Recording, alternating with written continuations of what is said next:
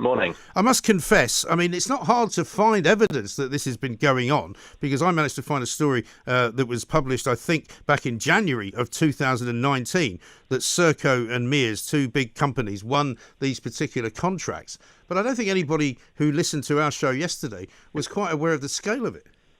Oh, Mike, yeah, absolutely. And Serco and Mears, this is a huge scandal because they've been given a 10-year contract.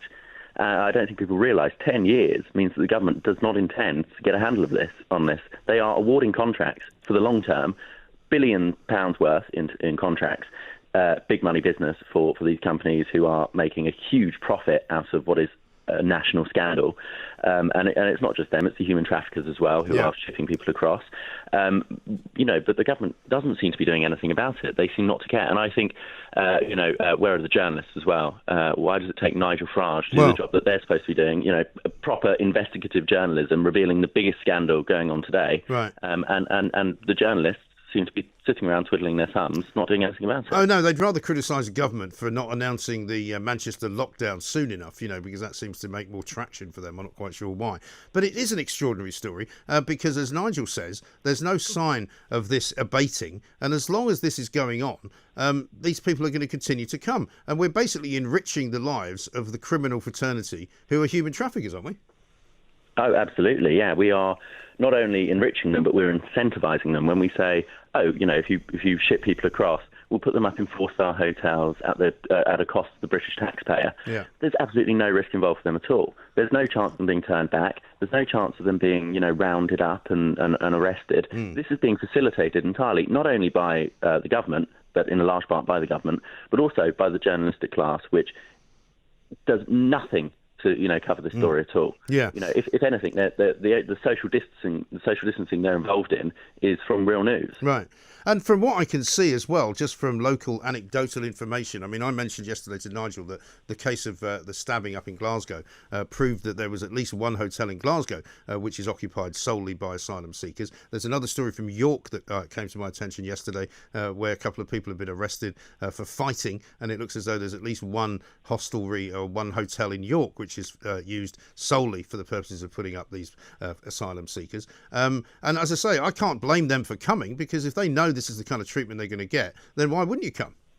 You'd almost be stupid not to come. Yeah. If you're sitting in a camp in Calais and you look over and you can, on a clear day, see Dover, and just waiting over that short stretch of water is a 4-star hotel, food, free healthcare, free dental care, which even British taxpayers don't get. We have to pay for our dental care. Why wouldn't you go? Well, exactly. I mean, there's every incentive in the book, but since the beginning of lockdown, 3,500 migrants have crossed the Channel. 3,500 is a huge number. Yeah. That's, I believe, more than half of all who have arrived since 2018 have come since the start of lockdown. And, well, for good reason, because we are doing nothing to disincentivise these crossings. Quite the opposite. We are making it a paradise for people who want to break the law. And what is it, do you think, that Priti Patel isn't doing or isn't telling us? Because she told us here at talkRADIO, in fact, that she was in the process of speaking to the French, getting a deal done with the French, but was already stopping more than half of the traffic that was coming across the Channel. And that may well be true, that, if there was 3,000 people that have come, it could have been worse, it could have been 6,000, but clearly they're not stopping enough of them. Well, when she went over to France a couple of weeks ago to talk to her opposite number, at the same time, 200 migrants were crossing in the other direction, which was at that point the highest number on record ever. And I say at that point because we've broken that record again yesterday. I think 202 came yesterday. It's only rising. So she can say, oh, well, it would be higher if I wasn't doing this, that and the other. But, well, it's rising to record numbers. That's bad enough. Well, here's the other thing. Nigel said to me yesterday, and you can possibly confirm or otherwise, he said most of them will apply for asylum. Most of them will fail to get asylum, but they won't actually be kicked back out of the country. They'll end up staying here. Well, yeah, exactly. And of the 3,500 who've come since the start of lockdown, do you know how many have been returned? No, tell Zero. me. Really? Zero. Not one. And is that because of the inability of the country to be sorting itself out, or is it the result of this kind of human rights agenda that we seem to be suffering from, which is we can't send people back to their country of origin if it is indeed a war-torn country? Well, fundamentally, it's a total lack of will, political will, total cowardice from the government to do anything which might look like the nasty party. Right. They are so desperate to rebrand themselves as being, the magic money tree, buy everyone out of the economic disaster that's been occurring over the past few months. They're acting more like the Labour Party at the moment than what you would expect from a Conservative government. People in the Red Wall constituencies did not vote Conservative because they wanted Labour policies. No. People who've been voting Labour their entire lives didn't switch to Conservative because they wanted left-wing soft, namby-pamby politics. They voted Conservatives because they saw what was happening and they wanted it to stop. Yeah. And the government, if it fails to step up, will suffer at the polls next time around. I mean, is there any connection between the French complicity with the what can only be described as human traffickers and Brexit? Because I've been asked that question by some people about, the French will harden their stance on this until such time as we finish talking about fishing rights. Well, I think really you can't blame the French, can you? If migrants who are in camps on their shores want to leave and they turn a blind eye to it, well, it's not their problem anymore. And if we're soft enough to take their migrants and never turn around and say, hang on, why are you facilitating this human trafficking in the channel? Well, if we don't stand up to them, then who will? Right. Right, exactly right. So I mean, what can anybody do? I mean, we've tried to get Sajid Javid to come on the show this morning because it's his constituency, Bromsgrove, where this particular video is highlighting that Nigel Farage did. So far, we haven't had an answer from Sajid Javid's office. But I mean, he should bear some responsibility here, shouldn't he, as the local MP? Well, absolutely, and as the former Home Secretary, he should have been doing more when he was in the Home Office. As Priti Patel should be now. But as local MP.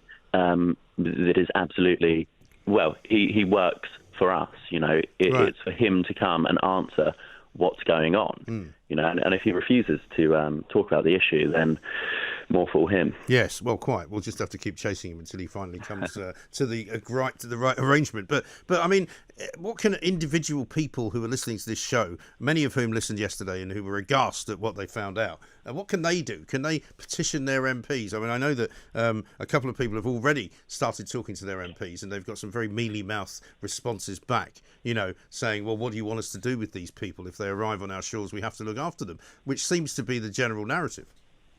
I think what we need to do, ordinary people, is not stop talking about it. Yeah. Don't stop talking about it until it's solved.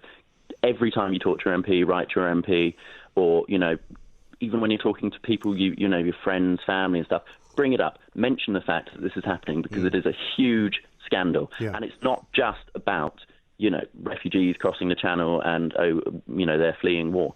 They are coming from one safe country to another. Yeah. They are being trafficked by criminal gangs who make an enormous amount of money. And presumably they're paying for the privilege of doing that. They're paying $5,000 per person is, the sort of average mark for these sorts of crossings. So, when we've got 3,500 migrants since the start of lockdown at $5,000 each, that's millions that they've made. And then you have companies like Serco and Mears and Clear Springs making billions out of housing these migrants in the UK. Where is the incentive for a company like Serco or Mears to turn around and say, oh, you should probably get a handle on this, we have far too many coming in? If anything, their financial interest is for more to come in, because then they get more. Well, this is it, and I'm wondering, as a result of finding out about these contracts, whether that is the driving force here, that actually it's British companies who are taking advantage of what is a very lacklustre immigration plan by the government, and that's why it's going to continue, because people are making so much money. Well, it amounts to profiteering, is what I'd say. It's a total betrayal. If you make money out of something which affects people, people dying in Glasgow because of the stabbing that happened from that asylum seeker hotel, there is blood on the hands of the people who are making money out of this. And if you look, actually, shares in Serco went up 6.5% yesterday after this contract was announced. Really? Mears rose 6.2%. Yeah. People who are shareholders, not just the companies, there are a lot of people making money out of this. What is a national scandal? Yeah. And people are making money out of it. And I think it's absolutely disgusting. And we need to not only disincentivise the crossings, we need to disincentivise the profiteering as well. You're absolutely right. And thank you so much for coming on, because what we needed to hear was a voice of reason, which is what you are, Benjamin.